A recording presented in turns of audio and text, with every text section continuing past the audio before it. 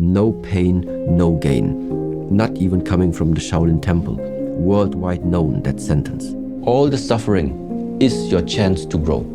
I do not mix up one day this teaching, second day this teaching. You stay with one thing and then you let time do the work. You want to save yourself, save all others. You want to save all others, save yourself.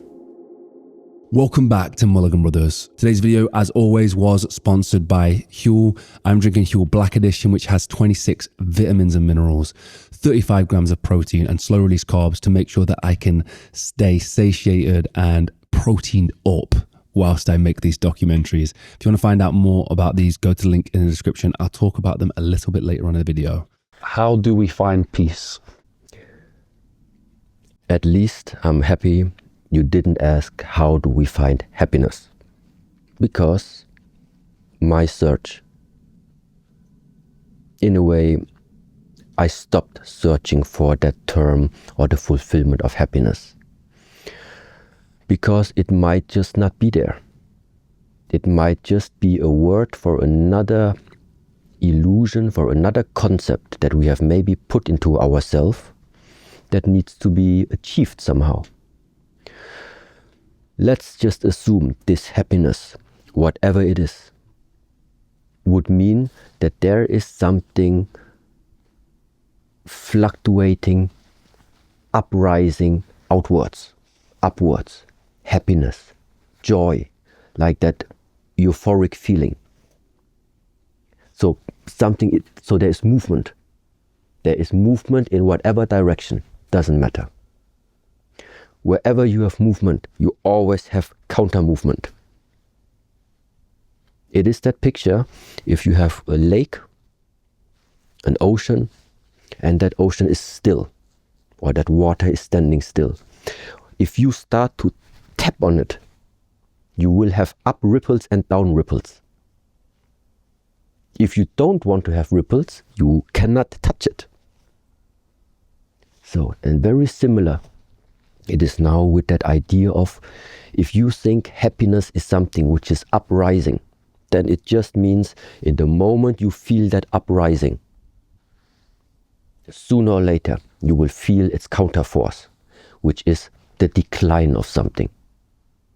So no, happiness is not what we're looking for. But peace is something different. Peace for me is, there is something unmovable, unshakable inside of you, regardless of the circumstances. So you found a place that you can, let's say, mentally go to, where you feel there is nothing fluctuating, regardless of what's happening out there. Because you found something about you.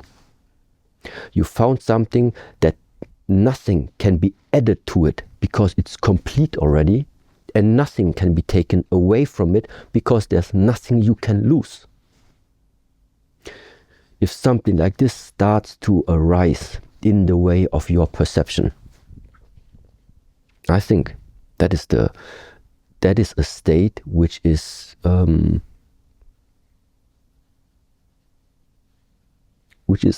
peaceful, and gives you that peace of mind. Because what should you worry about if there is nothing to worry?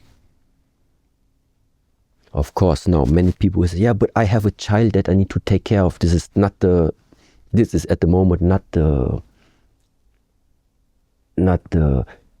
level that I mean. It's something different. It's a very deep level of feeling. You know it can't go wrong. Does it make sense? Like,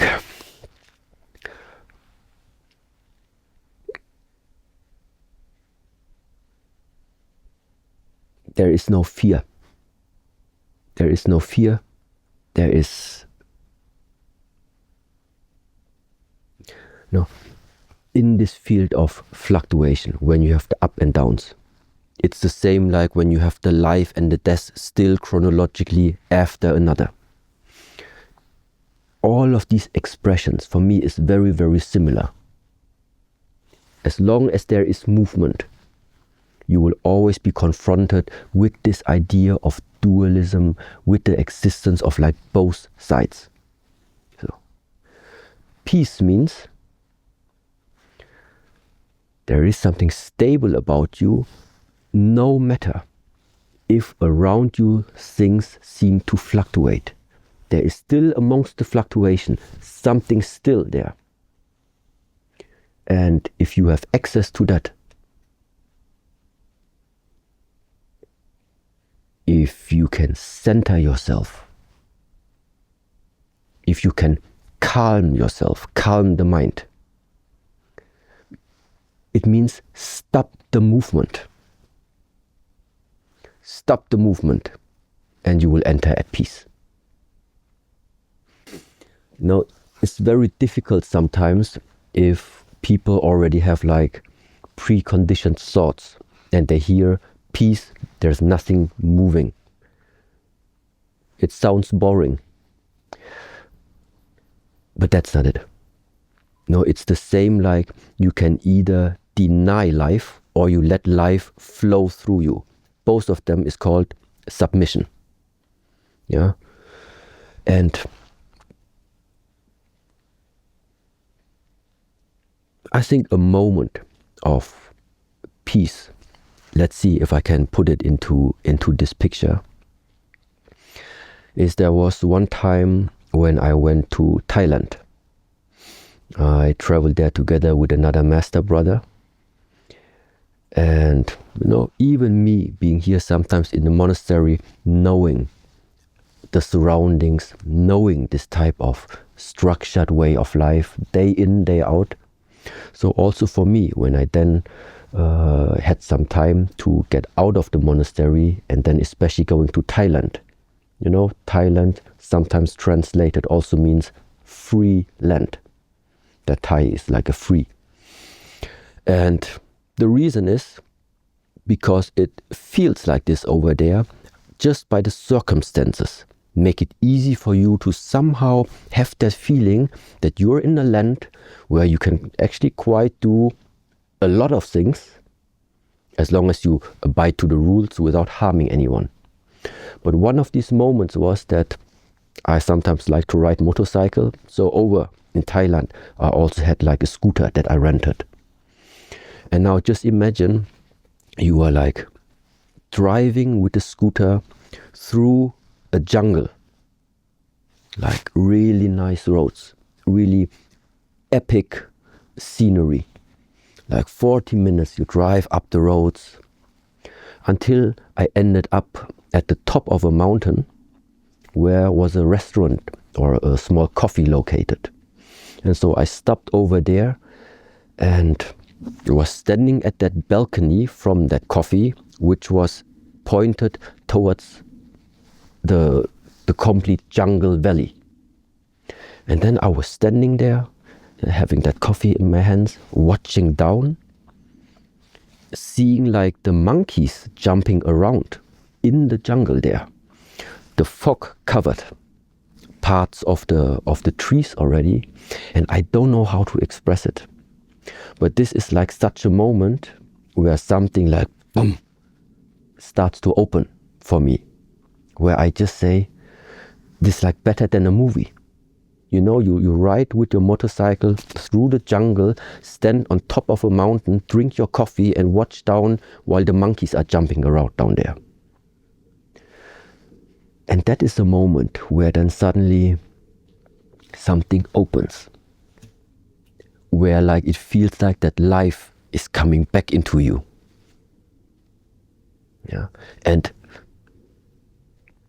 this is it, where that peaceful moment comes, where that peaceful moment starts to open up because you are only in observation mode. There is nothing that you are adding to that scenery. There is no expectation that now you are comparing to, expectation met. No, it's the realization, That's it. That's it. That is this very special moment right now that's not going to happen anymore. But you just realized it. That is this feeling, which goes hand in hand with that type of peace. Because only when the peace is there, you are going to look out at something without adding anything. And because you are not adding anything, this is why you're completely open to receive. That maybe merges that word peace like the best if I would have to describe it. When we were speaking earlier, we spoke about some of the Shaolin practices and the slow movements you're making, and you spoke about physically, you become so aware of your movement and your body that you would notice a millimeter difference. Does that relate to looking within in the mental and the psychological way, the physical training with the Shaolin training that we was talking about earlier? Yes. So for example, when I say make the best of your lifetime, it simply also means how aware are you when 1 minute of your lifetime has already passed? What did you do in the last 1 minute? If you say, I don't know, I just woke up and then 6 hours were gone. Yeah, that means, because you were unaware of what happened in the last 6 hours. But in the moment where you are having different type of practices, when you become more fine. When you become more fine, that means within 1 minute, you have more images. Your camera took more pictures in that sense. You can remember more things. Yeah, so that means 1 minute is like more colorful already for you, filled with more memory than another person in a whole week. He doesn't know what did I do the whole last week. He doesn't know anymore. So that means to become more fine also really translates ultimately into this ability that you are just able to immerse yourself more even into this life. So your experience of the days become longer. The amount of impressions that you are able to suck in becomes more. It doesn't feel like a boring life. You have just become more fine, paying attention to details where other people, they don't see anything moving. You see 1,000 things are moving. And this is where, like, from physical training and to mental training, why this is related together so closely. And this is now speaking about the martial arts, for example. Because I have become fine about myself and know how I am built up, I know where my bones is and which bone is where. Because I know it on myself, I also know it on you. Because we are like this, we are the same human. So what I have discovered about myself, I know you also have it. The difference is now, when now our bodies meet, and let's just say it's about a game, about who can adjust who. Because I know where everything on you is located, I touch you and I adjust you. But if you touch me, then maybe you don't know where my bones are located. So what does it mean that in the moment where you become more fine, you can make better adjustments. Adjustments and feeling of, why am I at the moment so unhappy? What is it that took down my mood today? Yeah, what is it during the daily life which is affecting me the most? What is it? What is the poison that is like poisoning my days and my weeks? What is it that I need to readjust in my lifetime until I finally get to this pleasantness that I am maybe looking for. Yes, and of course, all of this that you even have the chance to invest some time to follow up in this type of approach, at least the physical security must have been given as a basis already for this. Now, what I mean is, everything that we talk about right now, if we now go to Africa or any other country where the people are still starving and don't have enough food to eat, they don't care about the philosophy that I just talked about. They don't need philosophy. What they need first of all is food. Finished. So these things, to care about what is on your mind and how is your emotion and how to balance yourself and how to reach harmony, this we only at the moment can spend time with because our physical security is already saved for us. But somebody who does not have this physical security of the body will survive, he simply does not have the mental capacity to even deal with such things. Yeah? And that means even now when we find somewhere in the world people who maybe are then going to see these videos, but they still complain about that they don't know how to pay their bills or whatsoever. Yeah, these people also first of all need to find a way that the security of existence, number one, must have been given. It must be there first of all. Yeah, once it's there, once your existence, let's say, is secured, now comes the question about how to balance stuff out now. But when the existence in the first place is not even there, when you are not even know how you're going to survive next week, these questions don't matter. Yeah. And this is now for other people to know, okay, how to handle things. If you have somebody in your surrounding who is like that, no matter what type of approach you present to him, and he's just not able to put anything of this into practice, yes, maybe because he does not have the capacity and the mindset yet to tap into this way of thinking. Yeah, but then you ask yourself, but why? Because there is something else which is hindering him at the moment. And oftentimes this can be fear. Fear is number one. Fear of existence for some people. Fear of losing is the other thing. Fear is like the main runner. And therefore,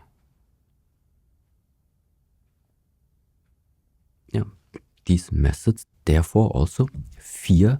Yeah, how do we deal with fear, for example? It's just like this. Fighting is not fun. Fighting against somebody else who also is trained, and then even if you have like gloves on, doesn't matter,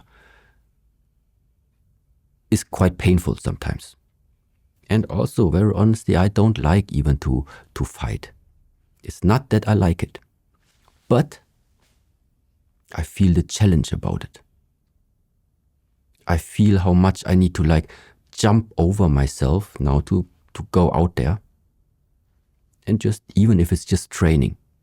So that means for a martial artist normally, it becomes like a different perspective when it comes to fear. Because it's all the time when you walk out there that you're dealing with fear. Fear of what if I lose? What if like he hit me? What if I get hurt? Yeah, what if I don't stand up anymore? So many fears is it that you are dealing with, but ultimately you conquer them. And then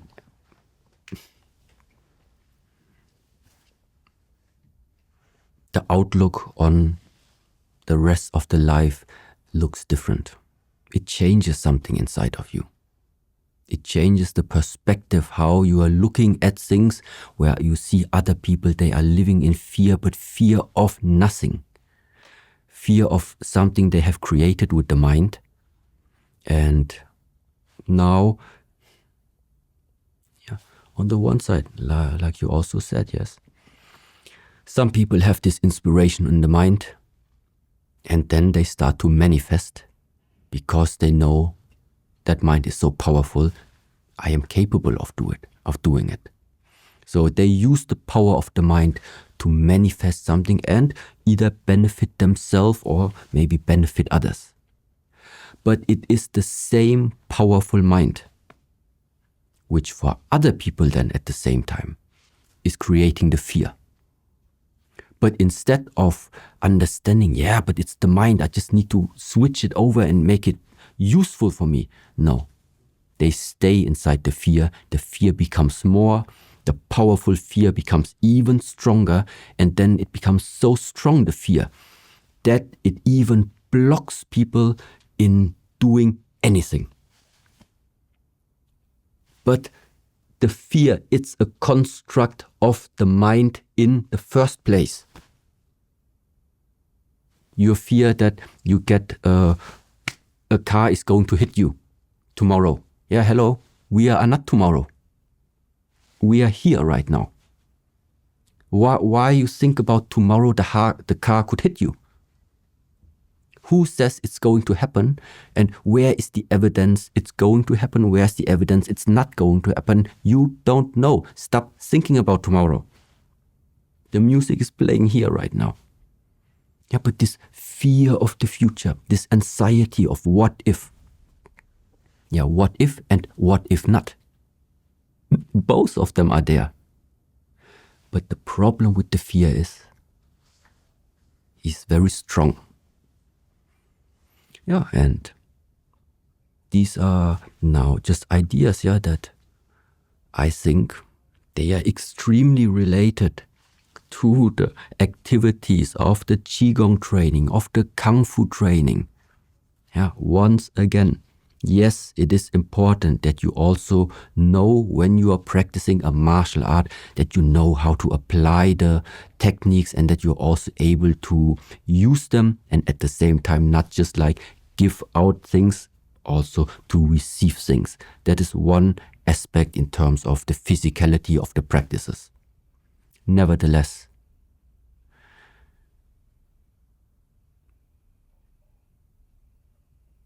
it's not important that you become a good fighter in this world. And it's not important that you become a good spiritual guide in this world. It's important that you find a way to live a pleasant life, and in the best case, support other people that they also find the same. This is what it's about. No matter in which form you put it and which from cultural background you put it. The main idea is, if you don't find this way of reducing the suffering of your surrounding, your suffering won't stop. Why? Because you're connected. So that means you want to save yourself, save all others. You want to save all others, save yourself. So what is the best thing that can happen? You save yourself and you save the others. Then everyone is saved. Then it's called saved. As long as there is just one inside this complete constellation who carries the seed of suffering inside of him, your work is not finished yet. Because then it can always come back again. Because that one is going to infect more. And then that everlasting fight about which of these now is like dominating your current state. Which of these states at the moment is dominating? It's a constant up and down. As long as you have the number 2 somehow in your life, this up and down is part of it. And this is why, in order for it to stop, it can only be like this, and then don't move anymore.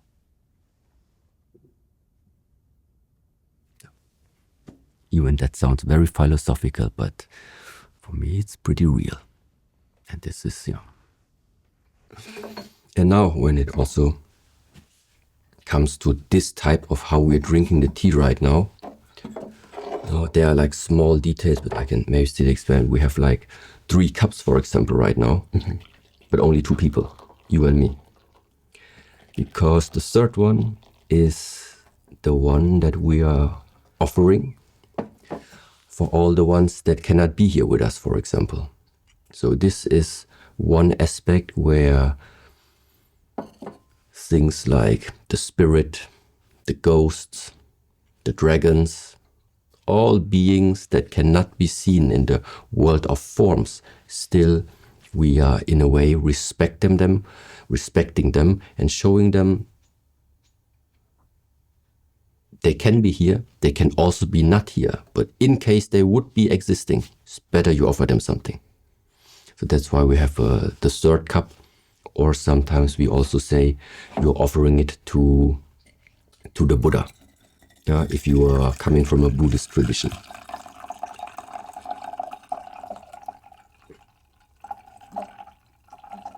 And also the next thing I'm going to do, also sometimes really strange to people, is that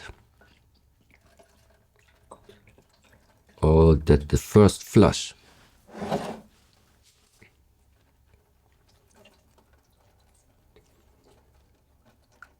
is either used to heat up the how you call them, the cups. So first one is to heat up the cups. And now the reason why I pour it, for example, over the pot is also that for every type of tea, we're normally only using one type of pot. So this is, for example, our so-called pour pot.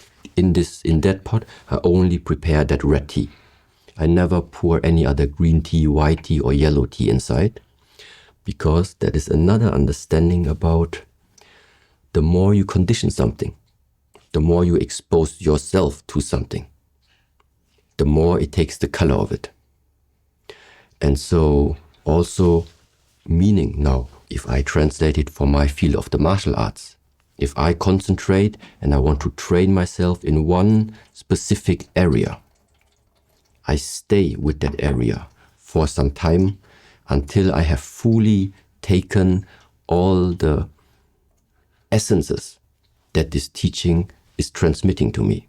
I do not mix up one day this teaching, second day this teaching. On the first day I learn from that person, a week after I learn from that person, 3 days after I'm not in the mood to do anything. So no, you stay with one thing and then you let time do the work. You just do the repetition, use the same tea over and over again. But what happens is that this type of material, in that case, it has the pores open. And from time to time, the more often it happens, it's taking already the flavor of that tea. So even without having any type of water inside, sooner or later, you will even have a very slight smell of that tea with that pot. And that also means it is a way of filling up something with life. Very similar to the question that we had a few days ago about, what's the purpose of life? You give it a purpose. You give something life. For other people, this is just a normal teapot that maybe you can just buy somewhere or everywhere. I don't think so. You can place another cup, another pot over here which looks identical. But I know it's not identical, because the one has no life behind him yet. That one is full of life meanwhile. And so, yeah.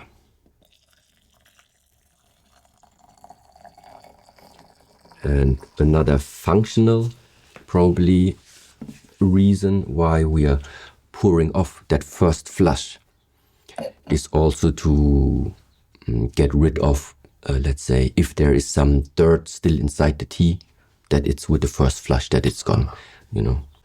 With the Shaolin teachings and just the analogy with the tea of becoming the thing that you do so often, is there teachings in Shaolin that talk about avoiding doing negative things, like becoming your bad habits or becoming the bad things that you think of? Yes. So mainly a lot of the teachings within this organization, within the Shaolin Temple, that somehow are dealing with the character of oneself. A lot of these methods and teachings mainly come from Buddhist teachings. Yeah. And within that field of Buddhist teachings, it already helps to try and remove those judgments between this is something good, this is something bad. The way of what I think is useful to do is to think in terms of consequence. You can think like this, it will have a consequence. You can think like that, it also has another consequence. The same goes for thinking, talking, your action, your behaving. So these are the three areas where I think you have quite a lot of influence on the outcome of your life. How you think, how you talk, what you talk, how you do, what you do. These are the three things that are like in our hands. And now, if somebody is really an unwritten piece of paper, if somebody would be like this and would have no clue, so okay, in which direction now should I point my life? How should I behave? What would be the proper thing to do? Then the Buddhist teachings made it actually very, very simple. Because they start, first of all, trying to put you into a framework that you understand why at all should I care about the Buddhist teachings. So that's why we are starting with the so-called the Four Noble Truths. The Four Noble Truths are, first of all, these are simple statements where now everybody can just take their time and think about them. And that first statement, also called the First Noble Truth, means it expresses living a life is connected with suffering. Living life is connected with suffering. So, and now let's say, what do you think about it? Is there something that you can relate to? Would you say, yeah, so whatever comes up for you, that is the first statement. Living a life is connected with suffering. This suffering can mean it's psychological suffering, mental suffering, at the same time going to the dentist, physical suffering, doing some type of really hard training, suffering or pain of your body as well. So different types of suffering. Sometimes I hear then people saying, yes, but it sounds so pessimistic because life is also filled with joy and life is also filled with happiness. Yes, it's just that for this Buddhist teaching, it also is, life is connected with suffering. I hope you're enjoying this video so far. Today's video, as always, was powered by Huel. Huel has been an absolute game changer for me and my life. I love drinking their Black Edition. They're ready to drink. It has 26 vitamins and minerals, 35 grams of protein and slow release carbs. When I know that I can just reach into my bag and grab a bottle of Huel on the go, it has changed my life. And as I'm training for the world's heaviest marathon right now, where I lift 220 pounds of weight for 26.2 miles, and then I do 450 miles with 70 pounds on my back, Huel has been my go-to fuel. Don't just take my word for it. The hardest geezer who ran the length of Africa also downs a couple bottles of Huel whilst he's on his run. So if you want to join someone like Hardest Geezer, or if you've just got a busy life in general, Huel can be an absolute game changer. Head to the link in the description where you can find out more about Black Edition and other products of Huel and some exclusive offers down below. Thank you to Huel for sponsoring the video. Let's dive back into the episode. For what we do, when you said brotherhood, and I don't just mean the fact that it's brothers, you know, my sister's here as well. We've got a great team at home. But it is very much a brotherhood. And for me, when you use the word brotherhood, it's about a mission for good. It's about, you know, everyone's on the same mission for good. And I wonder how the physical training, the concept that we spoke about yesterday as well, the demon hand as well, how does that play into a brotherhood? Like, if you were all on the same mission, that's fantastic. And then what kind of mentality do you have to have together to make those missions and those ambitions come true? I mean, just by really taking that word brotherhood and looking at the core of what that word means, you have the brother, or let's say the sister. So you literally just look into the relationship that you have to your brothers or to your sisters. First of all, they are not you. They have their ideas. They have their ideals. Second thing you realize is there is no brotherhood, there is no sisterhood where you always get along with your brother. Okay? So I really think that growing up together with other brothers or sisters, also in very early ages, is confronting you with something very important. With the message, it's not necessary for you to always be right. This is the first thing. It's not necessary that your brothers or sisters share the same ideas as you. So it starts very early that you are inside a smaller family and actually try to figure out what type of a construct, what type of community, what type of rule set would make sense in order for everybody inside of that family being able, on the one side, to freely express themselves without harming the others. That is the one side. So there is something about how can everybody be an individual strength without sacrificing or without harming or affecting the others.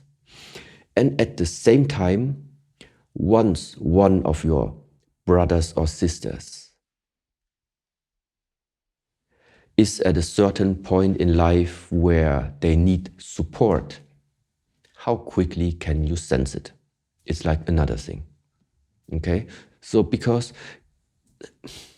the outside, the way how somebody looks, the way what somebody talks, it's not an appropriate indication of what's going on. Okay? We are living so much in a world right now, on the outside, things are easily faked, and the fake anyway belongs to this world. It's one and one, okay? But what you cannot fake is energy.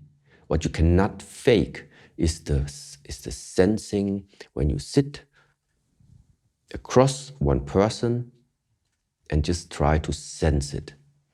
And I think this type of, you can sense when somebody close to you is not well.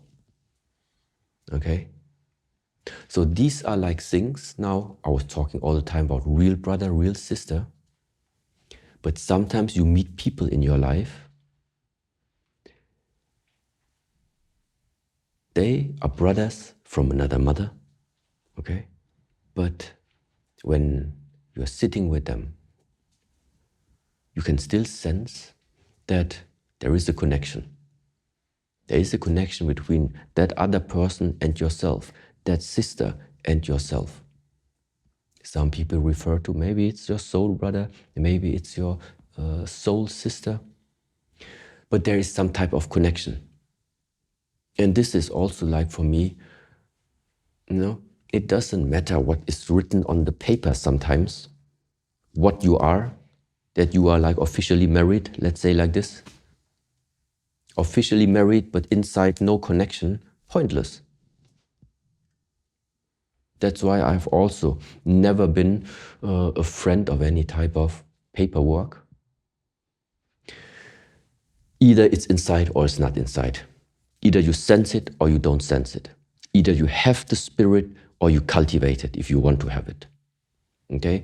This type of energy just doesn't lie. So, and just like now talking about all of these pictures, when I train together with my brothers, I can feel when their weakness comes. I can feel when they're about to give up. And vice versa. And we all feel it about ourselves. And this is now the point where sometimes people know what to do. But it's still better to sometimes be reminded by someone. Or even being able to witness someone going through the same suffering right now, knowing we all suffer, but at least I don't suffer alone. And he managed to do it, I will manage to do it. So it is sometimes just by observing the actions. Nobody needs to tell you, keep going, keep going. No, sometimes it's enough to just watch somebody, see the suffering, but at the same time also see, but he still keeps on going. So this is then suddenly opening up also your ability to have that own trust and hope is possible. And so it just opens the mind. And if many people on a constant basis are confronted with these things and doing this type of training, then this group dynamic is simply a really strong one. Yeah, and now this all also doesn't just apply to the field of martial arts. Like I said, there are many individuals who have their own things going on. So maybe the suffering doesn't come from the field of martial arts. Maybe the suffering comes from something else that happened in their private life. But same story here. Why do you sense a person? Because you have a connection. And so it's out of question for me, does the suffering come because you're doing the martial art, or does the suffering come because you have problems in your relationship? It doesn't matter. I can feel he's not feeling well, she's not feeling well, something must be done. And if I can do something, I do it. Yeah? The closer, the deeper, the more intimate, the stronger the connection is, the feeling is that you have towards another person, then something very, very naturally, as a consequence, will arise. And that one is called compassion. Okay? With a close circle, it's easy to sense it. Yeah, if they are from your flesh and blood, chances are high it's naturally already existing. But it's also possible with, let's say, like in our place, as a community, a brother and sisterhood from different families. Even there, it's possible to create it. And the goal, jumping now really, really back into Buddhist teachings, is that this type of internal, this type of perspective, if you can help, you help. Why? Because you can sense the suffering of the other people. This is what we refer to as being compassionate, or learning to cultivate this type of belongingness. So actively training yourself towards the direction of belongingness. Okay? Because if there's no connection, there can't be compassion. Very simple. Compassion is the natural consequence of very deep connection. Why? Because you are regarding the other person as part of your existence and life. So there is no alternative than just trying continuously the best to pull, either we grow together or nobody grows. I think another tough truth that people forget about is the need for discipline. And we see it a lot here.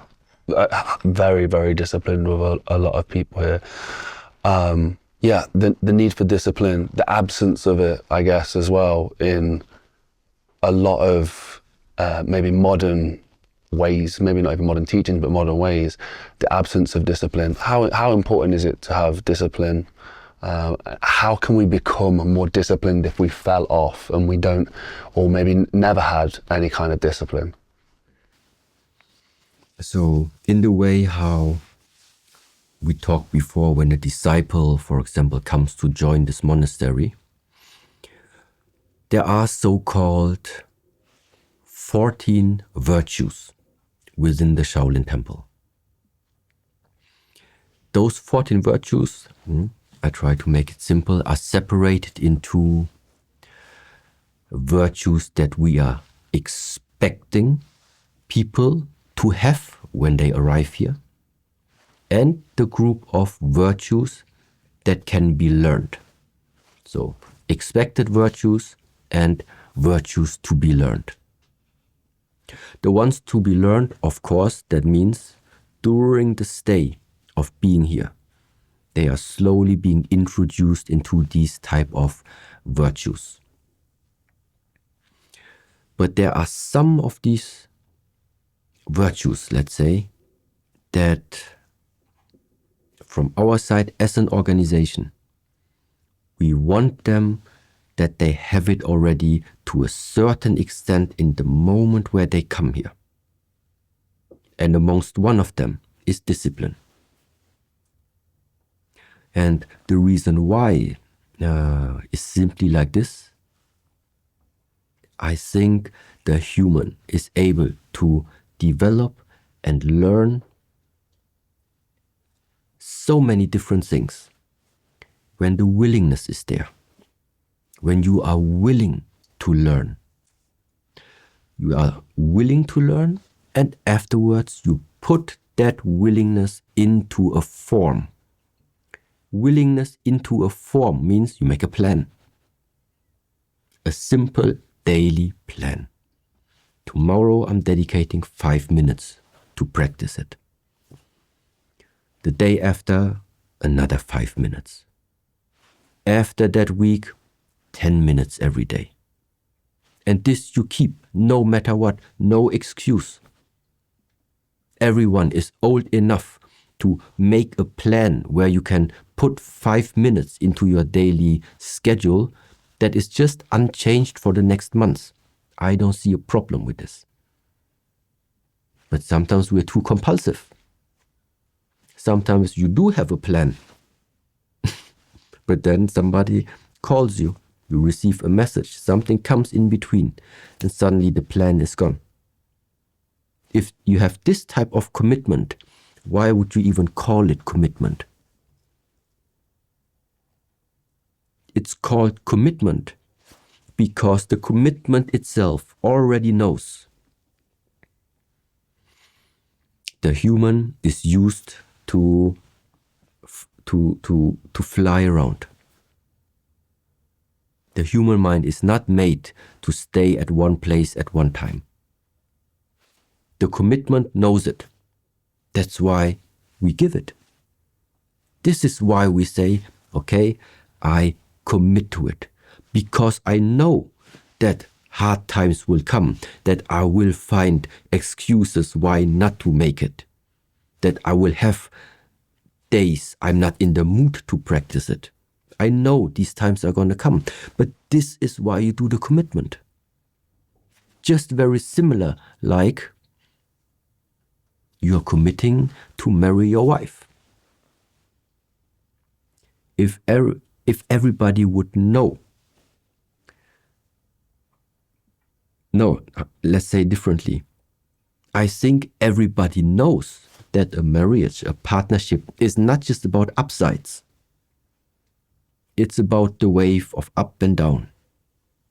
And because you have the waves of up and down, because you know it's not always gonna be beautiful, it's not always gonna be red and pink, that's why you give a commitment. That no matter what, there is something bigger than the small issues that sometimes pop up in the partnership. And only then, if your mindset is so far that you are telling to yourself, yes, I'm able to give this commitment. This is so important to me, it has such a priority for me, that I know there will be hard times, I know what is involved with it, and now I give the commitment. Then there is no way out anymore. The difference, the problem nowadays is those commitments that are being given sometimes just don't mean anything. We know the stories how it is in the past if you make contracts, if you give a commitment even just by word and afterwards you break it. You break your promise, somebody breaks you, finished. Why? Because a man that you can't trust his words, something's wrong. Something initially as being a man is wrong. So, and this is where I think things are going hand in hand. So once you really commit and also commit to a certain type of practice, that means you need to bring out that discipline.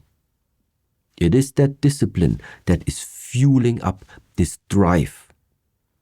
Because we know that it's not easy. But no pain, no gain. Not even coming from the Shaolin Temple. Worldwide known, that sentence.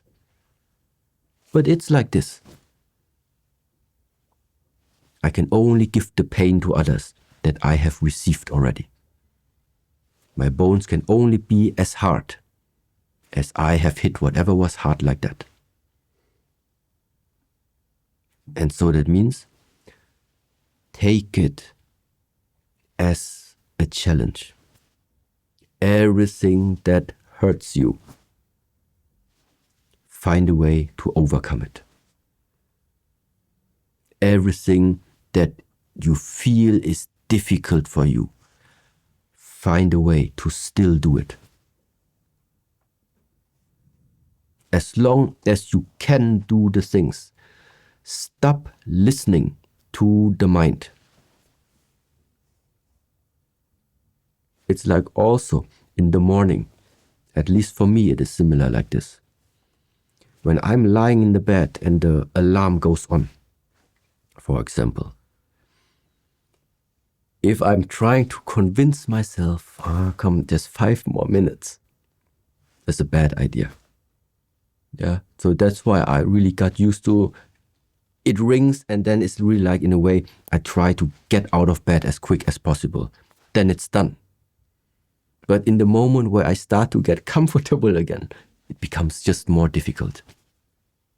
Yes, because that mind always wants to trick you and test you and challenge you if there's not something that he can still like readjust you.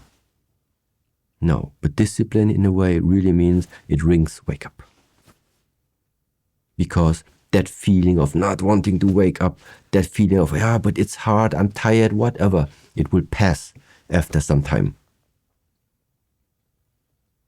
And there is no other way than just learning to get over things like this. That's it. We all have it here. It's just that we also know there is a price if you don't do it, and there's a price if you do it. And it's just up to you to decide which of those two paths of development would you like to be in. How would you explain to somebody to find their purpose or to find their passion? Like, what is the process? I think it is a very, very difficult endeavor, let's say, to try and walk through this lifetime only by yourself. It is something extremely helpful to either have close friends, to have a brotherhood, to have a community, to have people that you are surrounding yourself with, where you are feeling that there is something you have in common, or what we also sometimes call where there is resonance between you. And sometimes you meet a person, and if you are aware enough and you start your conversations, you will feel that maybe the way how that person is behaving, the things this person is talking, there is something that is resonating with yourself. And just by taking this word resonating, resonance means there is something getting into the same wavelengths, something getting in the same swing, in the same frequency as what you already are carrying inside.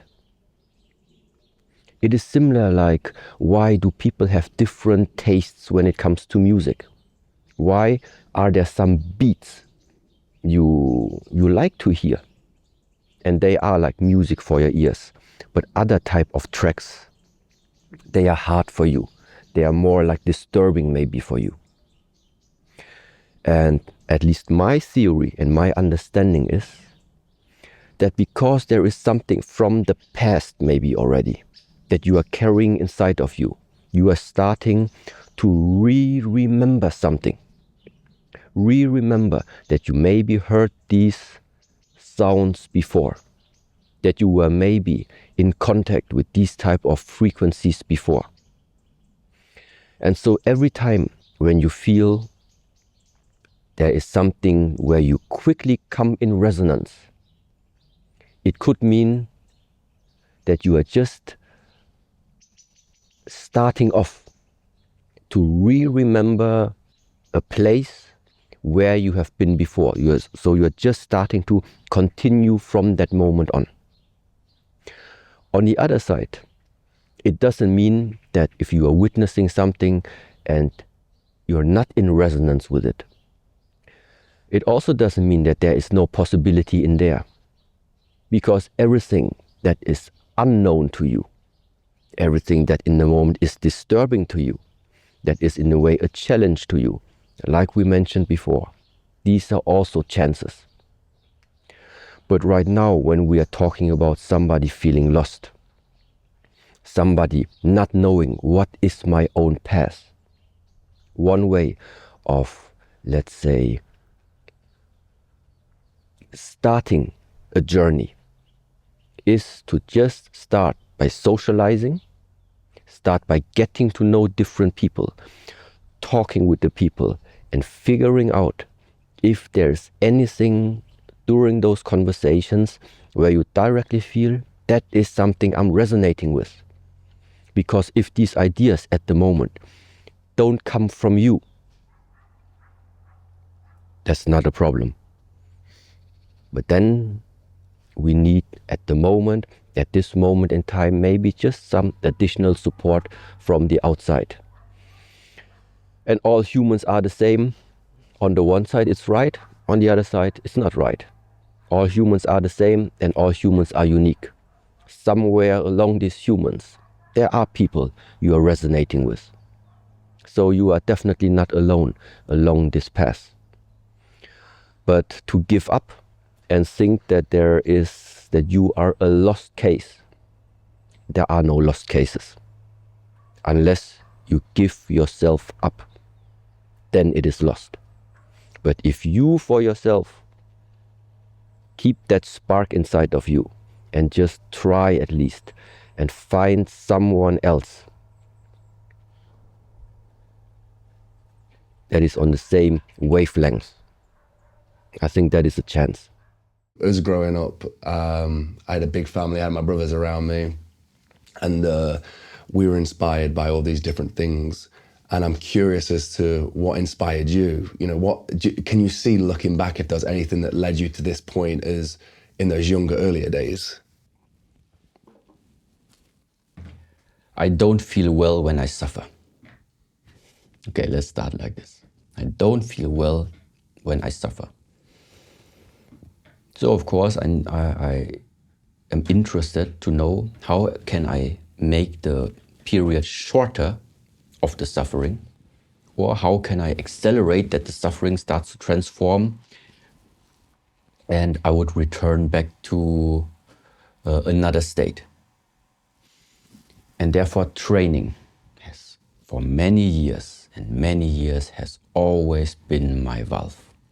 As I said, the same for us. We have always had training, physical training. It's why my sister powerlifts. It's why Luke and William, we used to do calisthenics. In our back garden, we'd have scaffold and we'd build it into apparatus to do pull-ups and chin-ups. And we were always fortunate to have each other to compete against and fight against, and in a competitive way. So when you were younger, what did the training look like? It was my normal Kung Fu training. It's just like the amount of time. How often are you repeating the form? How often are you repeating like the repetition of your push-ups? How often are you punching the bag? How much of that was chosen? Like, as a kid, how much was you going, I'm going to choose to do push-ups, I'm going to choose to do... I mean, you know, I jump a little bit. When people come here, sometimes they are afraid the training is too hard, okay? It's not gonna be the exercise that I'm giving you which is gonna be harder. I'm just gonna say we're gonna do push-ups right now. So now you can just like stand on the ground and your push-up is like this, okay? So let's say your immersion into the exercise is quite low. But if you do just one push-up, really going down and feel everything under tension and then go up, so which means you are actually the one deciding how much effort, how much precision are you putting actually into that one exercise. That is what makes the difference. And so the teacher also, when I was young, he just said, okay, do this, do this, do that. Yeah, but the intensity, let's say the seriousness that you put into there in regards to yourself, to really push yourself and use that method to change something about you, this is completely up to you. Nobody knows when inside of you the struggle starts, you know, that struggle. And where it's like, and then when that point comes where still out of nothing or wherever it comes, still suddenly, based on your thoughts, based on whatever you are creating in the mind or whatever, suddenly the last piece also comes out. So this is like something like an internal force. That internal force either coming from hope, coming from thinking about a loved one, many ways. But if you find something that suddenly can give you that boost, is, I don't know, I think I think it's something really special to discover something that the human can do this.